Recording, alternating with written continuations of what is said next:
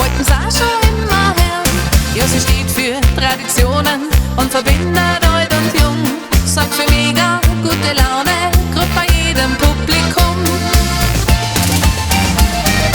Volksmusik, die ist der Hammer, ja, die hörte schon die Mama. Und der Vater, der war auch ganz in Volksmusik vernarrt. Drum hören wir auch diese Musi und dann tanzen wir mit der Susi. Denn der Sound in Moll und Dur, das ist unsere Kultur.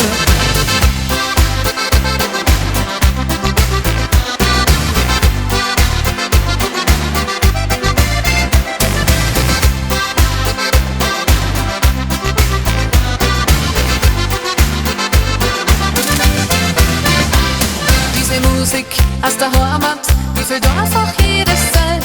Denn sie macht die Leute fröhlich auf der ganzen großen Welt. So eine ganz alte Weise